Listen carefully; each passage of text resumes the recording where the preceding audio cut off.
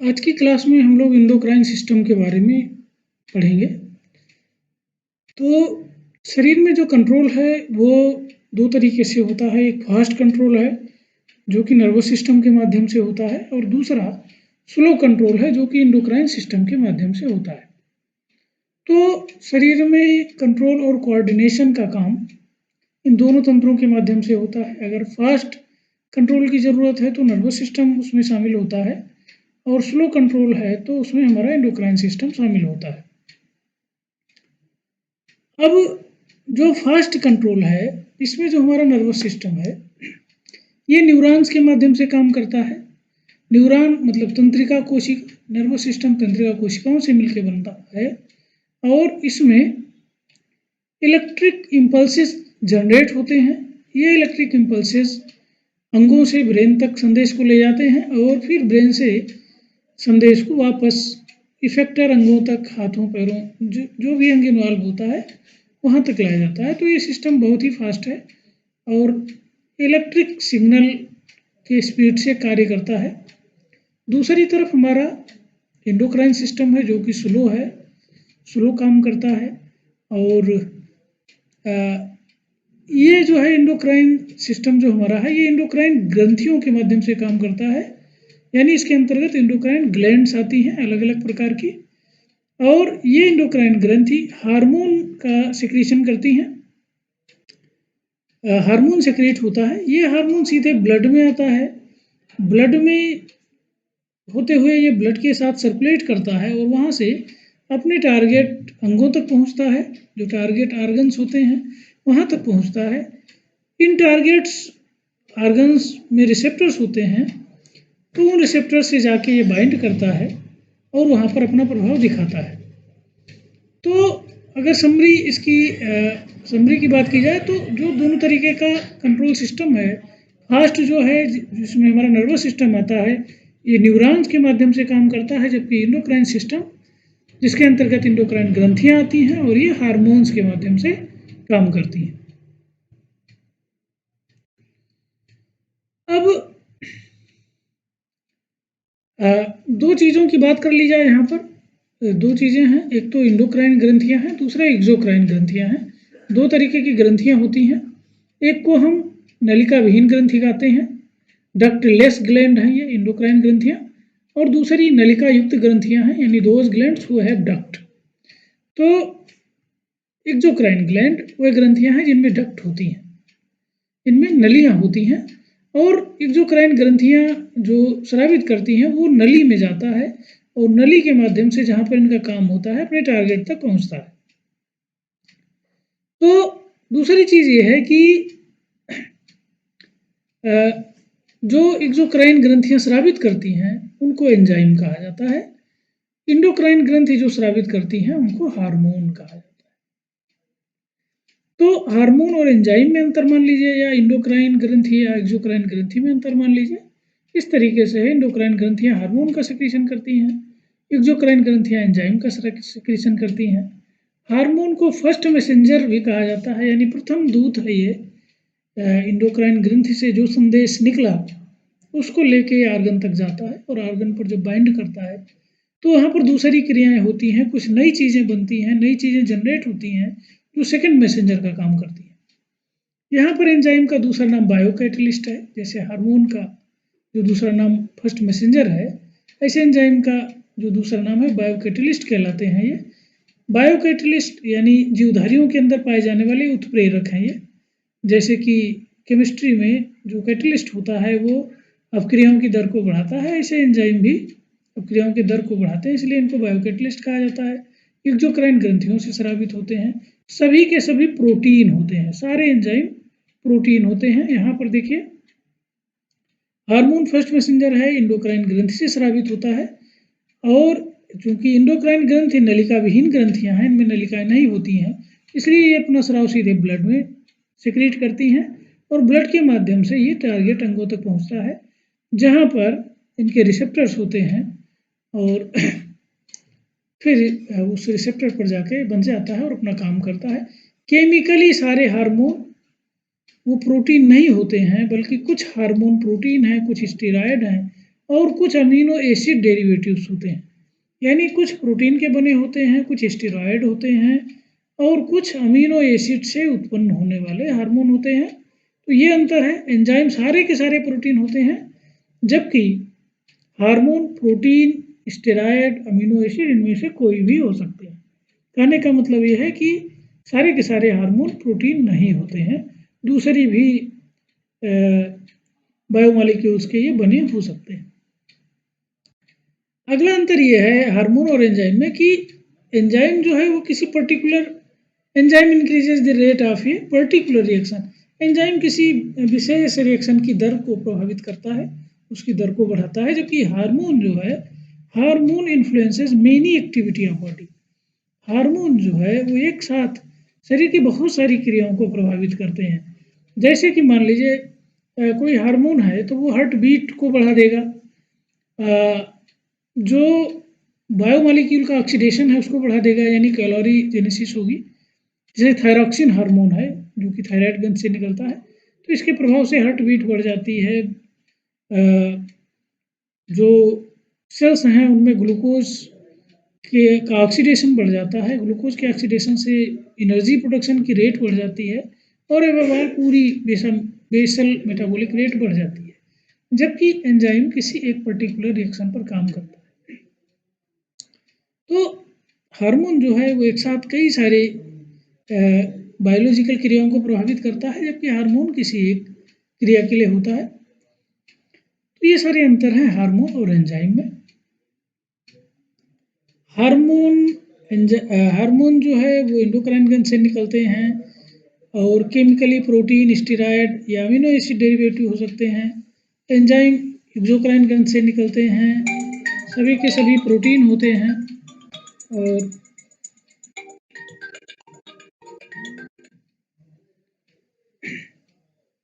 अब देखिए study of endocrine ग्रंथि।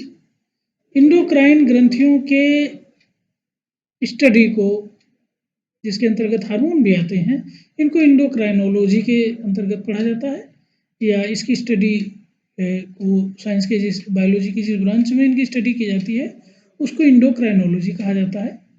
एक वैज्ञानिक है Thomas Edison. Thomas Edison is known as father of endocrinology. तो थॉमस एडिसन थे, इनको एंडोक्राइनोलॉजी का पिता कहा जाता है। ये एक ग्रंथि है, एड्रिनल ग्रंथि, उस पर इन्होंने अपने कार्य किए थे और इसमें इन्होंने जो एड्रिनल है उसके दो भाग होते हैं, एड्रिनल कार्टेक्स और एड्रिनल मेडुला। तो इन्होंने एड्रिनल कार्टेक्स को हटा के यानी उसको नष्ट करके देखा, तो उसके प्रभाव से इन्हें पता चला कि बहुत सारी जो एक्टिविटीज़ हैं वो प्रभावित हो जाती हैं और कई सारी हमारी जो बायोलॉजिकल क्रियाएं हैं वो इनके प्रभाव से एबनॉर्मल हो जाती हैं, अनियमित हो जाती हैं। तो सबसे पहले इन्होंने किसी एंडोक्राइन ग्रंथि के बारे में स्टडी किया था, इसलिए इनको फादर ऑफ एंडोक्राइनोलॉजी कहा जाता है। और इन्होंने ये बताया कि भाई एड्रिनल कार्टेक्स को अगर नष्ट कर दिया जाए या उससे हार्मोन जो स्रावित हो रहे हैं वो स्रावित ना हो, तो बहुत सारी जो अनियमितताएं होती हैं उनको एडिशन रोग इन्हीं के नाम पर कहा गया। यानी एड्रिनल कार्टेक्स की अनियमितता की वजह से जो बीमारी होती है उसे एडिशन रोग कहा जाता है। और सबसे पहले अर्लीस्ट नोन हार्मोन जो है वो इंसुलिन हार्मोन है, जो कि डायबिटीज़ के लिए जाना जाता है। इंसुलिन की कमी से डायबिटीज़ मेलाइटिस की बीमारी होती है। तो प्रारंभिक तौर पर जो सबसे पहले से ज्ञात हार्मोन है वो इंसुलिन हार्मोन। अब मनुष्य के शरीर में पाई जाने वाली इंपॉर्टेंट एंडोक्राइन ग्रंथियां जो हैं वो ये 6 प्रमुख एंडोक्राइन ग्रंथियां हैं, जो कि चीफ एंडोक्राइन ग्लैंड्स हैं which are found in human beings. First pituitary ग्रंथि, पहली जो है उसको हम पीयूष ग्रंथि या पिट्यूटरी ग्रंथि कहते हैं। दूसरा नाम इसका हाइपोफाइसिस है और इसे मास्टर ग्रंथि भी कहा जाता है, मास्टर ग्लैंड भी कहते हैं। क्यों कहते हैं ये हम लोग आगे देखेंगे। दूसरी जो महत्वपूर्ण ग्रंथि है वो है थायराइड ग्रंथि। तो दूसरी महत्वपूर्ण ग्रंथि थायराइड है। तीसरी पैराथायराइड है जो थायराइड की ऊपर स्थिति होती है। और चौथी महत्वपूर्ण ग्रंथि है ये है एड्रिनल ग्लैंड। इसको फोरेस ग्लैंड कहते हैं because it influences 4 condition of the body. Metabolism of sugar, yes, first yes, that is for sugar. Second is for salt balance in the body. तो first is sugar, second is salt, third is stress. Stress means tension. तो तीसरा जो stress body में होता है उसको भी ये मैनेज करता है, और चौथा जो है वो सेक्स। तो इन 4 बायोलॉजिकल एक्टिविटी को प्रभावित करता है, साल्ट, शुगर, स्ट्रेस और सेक्स, यानी इन 4 बायोलॉजिकल एक्टिविटीज को प्रभावित करने वाले हार्मोन इससे निकलते हैं, इसलिए इसको फोरेस ग्लैंड कहा जाता है। और 5वीं हमारी ग्रंथि है पैंक्रियाज या अग्न्याशय। छठी जो है वो गोनेड्स यानी जननदंग, इनसे भी जो है हार्मोन निकलते हैं, इसलिए इसको भी एंडोक्राइन ग्रंथि के अंतर्गत माना जाता है। तो आइए अब इन ग्रंथियों को देखते हैं, इनसे कौन से महत्वपूर्ण हार्मोन निकलते हैं, इनको देखा जाता है। पहला जो है वो हमारी पिट्यूटरी ग्रंथि। पिट्यूटरी ग्रंथि या हाइपोफाइसिस, जिसको मास्टर ग्रंथि भी कहते हैं, इसके 2 भाग होते हैं। पहले भाग को कहते हैं एंटीरियर पिट्यूटरी। एंटीरियर मीन्स अग्र पिट्यूटरी, ग्रंथि का अगला भाग। इसको एडिनो हाइपोफाइसिस भी कहा जाता है। एक्टोडर्मल ओरिजिन का होता है और भ्रूणीय अवस्था में रथकेज पाउच एक होता है, वहां से डेवलप होता है। दूसरा जो पार्ट है वो पोस्टीरियर पिट्यूटरी, पीछे का, पोस्टीरियर मीन्स पीछे का, पिट्यूटरी का पिछला हिस्सा, इसको न्यूरो हाइपोफाइसिस भी कहते हैं। और ये जो है हाइपोथैलेमस से लगा होता है, यानी कि जो ब्रेन का हाइपोथैलेमस भाग है वो इससे बड़ा घनिष्ठ रूप से संबंधित होता है। अब एंटीरियर पिट्यूटरी से जो हार्मोन निकलते हैं इनको देखिए। पहला जो है ग्रोथ हार्मोन या सोमेटोट्रॉपिक हार्मोन। तो पहला हार्मोन जो है ये वृद्धि हार्मोन होता है, या वृद्धि को प्रेरित करने वाला हार्मोन है, इसको सोमेटोट्रॉपिक हार्मोन कहते हैं। दूसरा थायराइड स्टिमुलेटिंग हार्मोन होता है, शॉर्ट में TSH कहा जाता है, और ये थायराइड ग्रंथि को प्रेरित करता है। थायराइड हार्मोन के स्रावण के लिए, उसके वृद्धि और विकास के लिए जिम्मेदार होता है ये। तीसरा हार्मोन है एडिनोकार्टिकोट्रॉपिक हार्मोन, शॉर्ट में ACTH कहलाता है। ये जैसा नाम है एडिनो यानी एड्रिनल और कॉर्टिको, एड्रिनल कार्टेक्स के भाग को ये प्रभावित करता है, उसको प्रेरित करता है उसके अपने हार्मोन के स्रावित करने के लिए।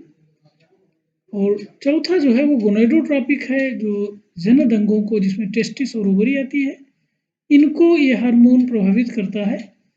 और इसके अंतर्गत 2 हार्मोन आते हैं, एक है FSH, जिसका फुल फॉर्म है फॉलिकल स्टिमुलेटिंग हार्मोन, दूसरा LH, जिसका फुल फॉर्म है ल्यूटिनाइजिंग हार्मोन।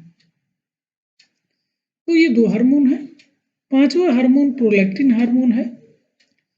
प्रोलैक्टिन हार्मोन जो है वो मेमरी ग्लैंड जो होती है, स्तन ग्रंथियां जो होती हैं, उनके विकास के लिए जिम्मेदार है, और उनमें मिल्क प्रोडक्शन के लिए ये रिस्पॉन्सिबल होता है, prolactin hormone, for the development of mammary gland and milk production in it. Another important hormone, that is melanocyte stimulating hormone, in short we denote it as MSH। तो जो melanocyte stimulating hormone है ये शरीर में melanin की मात्रा को नियंत्रित करने के लिए रिस्पॉन्सिबल होता है।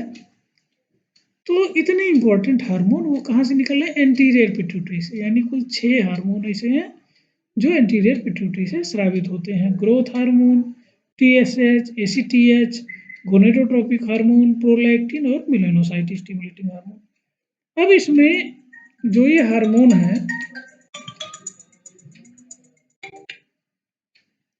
जैसे कि थायराइड स्टिमुलेटिंग हार्मोन है, एडिनोकार्टिकोट्रोपिक हार्मोन है, गोनेडोट्रोपिक हार्मोन है, ये ऐसे हार्मोन हैं जो पिट्यूटरी ग्रंथि से निकलकर दूसरी अंतःस्रावी ग्रंथियों को प्रभावित करते हैं, और इसीलिए पिट्यूटरी ग्रंथि को मास्टर ग्लैंड कहा जाता है, क्योंकि ये बॉस का भी बॉस है, यानी कि ये ऐसी अंतःस्रावी ग्रंथि है जो दूसरी अंतःस्रावी ग्रंथियों को कंट्रोल करती है, उनके स्राव को नियंत्रित करती है, इसीलिए इसको मास्टर ग्लैंड कहा जाता है। तो पिट्यूटरी ग्रंथि को मास्टर ग्लैंड क्यों कहते हैं? क्योंकि इससे स्रावित होने वाले हार्मोन दूसरे अंतःस्रावी ग्रंथियों के फंक्शन को नियंत्रित करते हैं, उनसे स्रावित होने वाले हार्मोन्स को प्रभावित करते हैं, इसलिए इसको मास्टर ग्लैंड कहा जाता है। ये तो हो गया एंटीरियर पिट्यूटरी या एडिनोहाइपोफाइसिस। अब इसका सेकेंड भाग, पिछला भाग, जिसको पोस्टीरियर पिट्यूटरी कहा जाता है, न्यूरोहाइपोफाइसिस। इससे दो इंपॉर्टेंट हार्मोन निकलते हैं, एक है वेसोप्रेसिन जिसको एडीएच शॉर्ट में कहा जाता है, एंटी डायूरेटिक हार्मोन, दूसरा नाम है इसका एडीएच। और दूसरा जो हार्मोन है ऑक्सीटोसिन, मिल्क इजेक्टिंग फैक्टर, तो ऑक्सीटोसिन एक है। ये दो इंपॉर्टेंट हार्मोन ये पोस्टीरियर पिट्यूटरी से निकलते हैं। इन सारे के काम हम लोग अगले सेक्शन में देखेंगे। अभी सिर्फ इतना याद करेंगे कि किस ग्रंथि से कौन सा हार्मोन निकलता है। तो ये हो गई हमारी पिट्यूटरी ग्रंथि। अब अगली ग्रंथि देखते हैं उससे क्या निकलता है। दूसरी इंपॉर्टेंट ग्रंथि है वो हमारी है थायराइड ग्रंथि। इसके बारे में जानिए। It is the largest endocrine gland of the body. तो मैमल्स में ये सबसे बड़ी इंडोक्राइन ग्रंथि है, या इंडोक्राइन ग्रंथियों में ये सबसे बड़ी इंडोक्राइन ग्रंथि होती है। और इससे दो महत्वपूर्ण हार्मोन निकलते हैं, एक है थायरॉक्सिन हार्मोन, दूसरा है thyrocalcitonin hormone. Thyroxine hormone chemically 4 रूपों में होता है। पहले को हम कहते हैं T1 या मोनोआइडोथायरोनिन, दूसरे को T2 कहा जाता है डाईआइडोथायरोनिन, तीसरे को T3 कहा जाता है ट्राईआइडोथायरोनिन, और चौथे को T4 या टेट्राआइडोथायरोनिन कहा जाता है। आयोडो हम सभी जानते हैं कि थायराइड ग्रंथि के जो हार्मोन हैं इनमें आयोडीन इनका एक महत्वपूर्ण घटक होता है, उसको बनाने के लिए आयोडीन की ज़रूरत होती है, तो वो यहाँ पर जुड़ा है और उसी के नाम पर ये मोनोआइडोथायरोनिन है, डाईआइडोथायरोनिन है, ट्राईआइडोथायरोनिन है, टेट्राआइडोथायरोनिन है। ये सब टायरॉक्सिन नामक एक अमीनो एसिड होता है जिसका आयोडिनाइजेशन होता है, उससे आयोडीन जुड़ता है। तो इस तरीके के हार्मोन बनते हैं, यानी केमिकली 4 फॉर्म में ये प्रेजेंट होता है। लेकिन इसमें से बायोलॉजिकली जो सबसे ज़्यादा एक्टिव है वो T3 और T4 है, यानी सबसे ज़्यादा एक्टिव T3 होता है और उसे थोड़ा मतलब सबसे ज़्यादा जो बायोलॉजिकल फंक्शन है T3 का है और थोड़ा बहुत T4 का है। बाकी T2 और T1 का बहुत ही कम बायोलॉजिकल इफेक्टिव होता है। तो T3 और T4 ही थायरॉक्सिन के रूप में मेटाबॉलिकली या बायोलॉजिकली ज़्यादा इफेक्टिव है। दूसरा जो हार्मोन है वो थायरोकैल्सिटोनिन है, जो C सेल से स्रावित होता है। थायरॉक्सिन हार्मोन जो है थायराइड की फॉलिकल सेल से स्रावित होता है, जबकि जो थायरोकैल्सिटोनिन है ये C सेल होता है थायराइड ग्रंथि में, वहाँ से स्रावित होता है। तीसरी जो इम्पोर्टेंट ग्रंथि है वो है हमारा पैराथायराइड। पैराथायराइड से एक महत्वपूर्ण हार्मोन निकलता है पैराथ हार्मोन, इसको याद रखना है, पैराथ हार्मोन। चौथी इंपॉर्टेंट ग्रंथि देखिए एड्रिनल ग्लैंड। तो एड्रिनल ग्रंथि के भी 2 भाग होते हैं, पहला भाग है एड्रिनल कार्टेक्स और दूसरा भाग है एड्रिनल मेडुला। अब एड्रिनल कार्टेक्स जो ग्रंथि का बाहरी भाग है वो एड्रिनल कार्टेक्स कहलाता है और ये 3 परतों का बना होता है, 3 लेयर्स होते हैं इनमें। पहली जो परत है उसको कहते हैं जोना ग्लोमेरुलोसा, बाहर की परत है। दूसरा है जोना फेसिकुलाटा जो कि सबसे मोटी परत होती है, जोना फेसिकुलाटा, और तीसरा है जोना रेटिकुलरिस। इन तीनों परतों से अलग अलग हार्मोन निकलते हैं। जोना ग्लोमेरुलोसा से जो हार्मोन निकलता है उसको कहते हैं मिनरेलोकार्टिकॉइड्स। एक दूसरा नाम है इसका एल्डोस्टेरोन। शरीर में मिनरल्स को प्रभावित करता है, उसके लेवल को प्रभावित करता है। मिनरल्स में जो इंपॉर्टेंट है वो सोडियम आयन और पोटेशियम आयन। दूसरा जो लेयर है बीच की जो परत होती है जोना फेसिकुलाटा, इससे जो इंपॉर्टेंट हार्मोन निकलता है वो ग्लूकोज के मेटाबॉलिज्म को प्रभावित करता है। इसका नाम है ग्लूकोकार्टिकॉइड, क्योंकि ग्लूकोज से संबंधित है ये, ग्लूकोकार्टिकॉइड। और इसके अंतर्गत जो इफेक्टिव हार्मोन है वो कार्टिसोल है और कार्टिसोन है। तो 2 है, कार्टिसोल और कार्टिसोन। इसको कार्टिकोस्टेरॉइड भी कहा जाता है। और थोड़ी मात्रा में से 6 हार्मोन जिनमें से एंड्रोजन प्रमुख है वो स्रावित होता है जोना फेसिकुलाटा से। जोना रेटिकुलरिस देखिए मेनली 6 हार्मोन स्रावित होते हैं, इनमें एंड्रोजन यानी टेस्टोस्टेरोन और एस्ट्रोजन यानी फीमेल सेक्स हार्मोन शामिल है। तो एड्रिनल कार्टेक्स की तीनों परतों से अलग अलग हार्मोन निकलते हैं। पहले से मिनरलोकार्टिकॉइड, दूसरे से ग्लूकोकार्टिकॉइड, तीसरे से सेक्स हार्मोन, एंड्रोजन और एस्ट्रोजन। हालांकि थोड़ा सेक्स हार्मोन वो जोना फेसिकुलाटा से भी स्रावित होता है। यहाँ सेक्स हार्मोन बहुत ही सूक्ष्म मात्रा में निकलते हैं और मेन जो बॉडी पर जो इफेक्टिव है वो जब गोनेड सक्रिय होता है और वहाँ से जो हार्मोन स्रावित होते हैं वो जो है प्रभावित करते हैं शरीर को। तो ये तो हो गए इसके पहला भाग यानी एड्रिनल कार्टेक्स से स्रावित होने वाले हार्मोन। दूसरा भाग जो है एड्रिनल मेडुला। तो एड्रिनल मेडुला देखिए, एड्रिनल मेडुला से स्रावित होने वाले हार्मोन को केमिकली कैटकोलामीन कहते हैं और कैटकोलामीन से दो तरीके के हार्मोन स्रावित होते हैं, इपिनेफ्रिन जिसको एड्रेनालिन भी कहा जाता है और दूसरा हार्मोन है नॉरएपिनेफ्रिन या नॉर एड्रेनालिन। इपिनेफ्रिन, नॉरएपिनेफ्रिन, इनके जो दूसरे नाम है एड्रेनालिन, नॉरएड्रेनालिन। केमिकली कैटकोलामीन है यानी अमीनो एसिड, विशेष प्रकार के अमीनो एसिड से डिराइव्ड होते हैं ये, तो ये विशेष प्रकार के अमीन है। तो ये जो है वो हमारी एड्रिनल ग्रंथि है जिसको हमने शुरू में बताया था फोरेस ग्लैंड कहते हैं, क्योंकि इतने सारे हार्मोन निकल रहे हैं, कुछ कार्टेक्स से हैं, कुछ मेडुला से हैं और 4 इंपॉर्टेंट एक्टिविटी को प्रभावित करते हैं। साल्ट यानी sodium ion, potassium ion, sugar, glucose, sex hormone और स्ट्रेस यानी एड्रेनालिन और नॉन एड्रेनालिन, ये स्रावित होते हैं। अब ये हो गई हमारी चौथी ग्रंथि। अब पांचवी ग्रंथि की तरफ बढ़ते हैं। तो पांचवी जो इंपॉर्टेंट ग्रंथि है वो है हमारा पैंक्रियाज या अग्न्याशय। अग्न्याशय बड़ी इंपॉर्टेंट ग्रंथि है हमारे शरीर की और एक मामले में ये खास है क्योंकि ये मिक्स ग्रंथि है, मिक्स्ड ग्लैंड है। क्यों? क्योंकि इसके दो भाग हैं। कुछ भाग यानी ज़्यादातर जो भाग है वो एक्सोक्राइन होता है, बहिस्रावी भाग है, और इस एक्सोक्राइन भाग से एंजाइम स्रावित होते हैं, डाइजेस्टिव एंजाइम, जो एक नली के द्वारा डिओडिनम में जाके लगी रहती है। इस नली के द्वारा डिओडिनम में जाके पहुंचते हैं, पैंक्रियाटिक डक्ट जो होती है उसके माध्यम से डिओडिनम में पहुंचते हैं और इन एंजाइमों को डिओडिनम में पहुंचाते हैं जिससे भोजन पचता है। तो पैंक्रियाज का एक बड़ा भाग एक्सोक्राइन होता है, डाइजेस्टिव एंजाइम स्रावित करता है, और लगभग में 20% भाग वो इंडोक्राइन होता है। इंडोक्राइन भाग जो होता है उसको वो एक विशेष एरिया होता है जिसको कहते हैं isolates of Langerhans. Paul Langerhans नामक वैज्ञानिक ने इसको खोजा था, इसलिए उनके नाम पर इसे आइसोलेट्स ऑफ लैंगरहैंस या लैंगरहैंस की दीपिकाएं कहा जाता है। And it is compose of 4 type of cells. ये जो है 4 प्रकार की सेल्स से बना होता है। जो आइसोलेट्स ऑफ लैंगरहैंस इनमें 4 प्रकार की कोशिकाएं होती हैं। पहला है अल्फा कोशिका और इससे ग्लूकागान स्रावित होता है। दूसरा है बीटा कोशिका, इससे इंसुलिन स्रावित होता है। तीसरा है डेल्टा कोशिका, इससे सोमेटोस्टेटिन स्रावित होता है। और चौथा है पीपी कोशिका, यानी चौथे प्रकार की जो कोशिका है वो पीपी सेल्स कहलाती हैं। इनसे पॉलीपेप्टाइड तरीके के हार्मोन स्रावित होते हैं, यानी ये जो हार्मोन है पॉलीपेप्टाइड, इनका नेचर या यूँ कह लीजिए इनका फंक्शन के बारे में अभी बहुत ज़्यादा जानकारी नहीं है।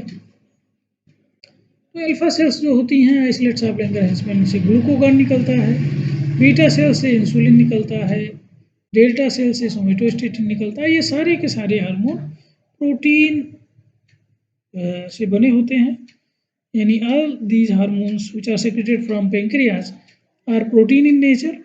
Glucagon is a protein, insulin is also a protein, somatostatin and polypeptide these are also protein in nature। तो पैंक्रियाज से स्रावित होने वाले सभी हार्मोन प्रोटीन के बने होते हैं। फंक्शन जो है इसको हम लोग आगे देखेंगे। तो वैसे ग्लूकागान जो है वो ग्लूकोज के लेवल को बढ़ाता है ब्लड में, इंसुलिन ग्लूकोज के लेवल को कम करता है, सोमेटोस्टेटिन वृद्धि हार्मोन का निरोधक हार्मोन है, उसके प्रभाव को कम करता है, यानी उसका अपोजिट है ये। और पॉलीपेप्टाइड जो स्रावित होते हैं पीपी सेल से, इनके फंक्शन के बारे में बहुत क्लियर जानकारी नहीं है अभी। तो ये तो हो गए हमारे पैंक्रियाज के हार्मोन। नेक्स्ट देखिए गोनेड। 6 जो हमारी मोस्ट इंपॉर्टेंट इंडोक्राइन ग्रंथि है ये है गोनेड या जनदंग। तो जनदंग दो तरीके से हैं, मेल और फीमेल में। टेस्टिस जो कि मेल में पाया जाता है, ओवरी जो कि फीमेल में पाई जाती है। टेस्टिस से जो हार्मोन निकलता है इसको कहते हैं टेस्टोस्टेरॉन या मेल सेक्स हार्मोन। टेस्टोस्टेरॉन, इसको एंड्रोजन भी कहा जाता है। और ये जो मेल होता है, पुरुष होता है, उसके सेकेंडरी सेक्सुअल कैरेक्टर्स को विकसित करने में इनका रोल है। दूसरा जो है ओवरी, ओवरी से जो कि फीमेल में होती है इससे एस्ट्रोजन हार्मोन निकलता है। एस्ट्राडियल भी आते हैं इनको, फीमेल सेक्स हार्मोन भी कहा जाता है। और ये फीमेल में सेकेंडरी सेक्सुअल कैरेक्टर्स और डेवलपमेंट ऑफ ओवेरियन फॉलिकल्स, इन सारे उनको जो है ये प्रभावित करता है। तो दोनों जो जनदंग हैं टेस्टिस और ओवरी से दो इंपॉर्टेंट हार्मोन निकलते हैं, टेस्टिस से टेस्टोस्टेरॉन और ओवरी से एस्ट्रोजन, फीमेल सेक्स हार्मोन। इसके अलावा कुछ टेम्पोररी इंडोक्राइन ग्रंथियाँ होती हैं, जैसे कि एक है कार्पस ल्यूटियम। ये प्रेगनेंसी के दौरान डेवलप होती है शरीर में, फीमेल में, और टेम्पोररी है, प्रेगनेंसी के दौरान ही ये रहती है। और इससे प्रोजेस्टेरॉन हार्मोन निकलता है जो कि प्रेगनेंसी को मेंटेन करने में सहायता देता है। दूसरा जो है प्लेसेंटा है, ये भी टेम्पोररी है, प्रेगनेंसी के दौरान प्लेसेंटा बनता है, मैमल्स की विशेषता है। इससे भी प्रोजेस्टेरॉन और रिलैक्सिन हार्मोन निकलता है। साथ ही साथ एक बड़ा इंपॉर्टेंट हार्मोन निकलता है human chorionic gonadotropic hormone, short में जिसको HCG कहते हैं। प्रेगनेंसी के अर्लीस्ट स्टेज यानी शुरुआत से ही ये हार्मोन स्रावित होना शुरू हो जाता है और इसी के द्वारा प्रेगनेंसी की जांच की जाती है HCG को टेस्ट करके। तो HCG को टेस्ट करके यूरिन की जांच की जाती है। ये सारे जो है वो इम्पोर्टेंट हार्मोन थे और इम्पोर्टेंट इंडोक्राइन ग्रंथियाँ थी, कुल 6 थी, जिनमें हम लोगों ने देखा पिट्यूटरी ग्रंथि, थायराइड ग्रंथि, पैराथायराइड ग्रंथि, एड्रिनल ग्लैंड, पैंक्रियाज और gonads. These are 6 most important endocrine glands present in the body of human beings or mammals, and they secrete different types of important hormones. Many tropic hormones are secreted from anterior part of the pituitary, and on the basis of these tropic hormones, pituitary is termed as master gland. And many other hormones are secreted from some other endocrine gland, such as adrenal cortex, and medulla is responsible for the influencing 4S characters which we have already discussed. Gonad से स्रावित होने वाले hormone sex hormones हैं, male sex hormone, female sex hormones. Pancreas is also an important endocrine gland, though it is a mixed gland because it has exocrine part and endocrine part. Exocrine part produces enzymes which involve in the digestion of the food materials, while the endocrine part that contains isolates of Langerhans, it secretes several different important hormones such as glucagon, insulin, somatostatin, and some polypeptides. So these are different important glands present in our body. We have to read and memorize all these glands for a better preparation of our exams. अब इनके जो function हैं, जो इनका body पर असर है इन hormones का और उनकी कमी और अधिकता से क्या समस्याएं होती हैं, इसको हम लोग नेक्स्ट पार्ट में स्टडी करेंगे। इसमें इतना ही।